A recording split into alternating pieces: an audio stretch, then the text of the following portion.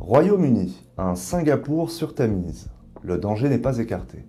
C'est le titre choisi par le journal belge Le Soir. Deux eurodéputés s'inquiètent du manque de concertation sur les volets fiscaux encadrant l'accord avec Londres. Il s'agit de Philippe Lambert et de Sven Giegold. Boris Johnson avait promis de transformer le Royaume-Uni en paradis fiscal si l'Union européenne ne facilitait pas le Brexit. Mais c'était sans compter que le leader de la droite populaire avait cet objectif en tête quelle que soit la relation entretenue avec le reste de l'Union européenne. Il n'est d'ailleurs pas le seul à choisir cette politique et c'est le grand drame du capitalisme.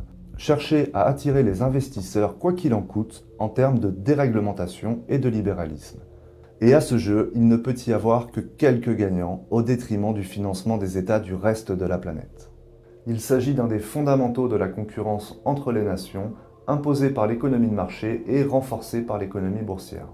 Pour répondre à son objectif, Londres souhaite favoriser le dumping social, c'est-à-dire la réduction des coûts du travail pour attirer sur son sol les entreprises étrangères, mais aussi réduire les normes environnementales et sécuritaires, ainsi que les taxes. L'État qui pratique ce libéralisme à outrance espère attirer davantage d'investisseurs et d'entreprises, ce qui permet d'augmenter les recettes nationales par la quantité d'acteurs ou les volumes de capitaux qui viennent s'installer ou se déclarer. Cela se produit évidemment au détriment des autres pays et engendre un cercle vicieux dans lequel s'engouffrent de plus en plus de nations.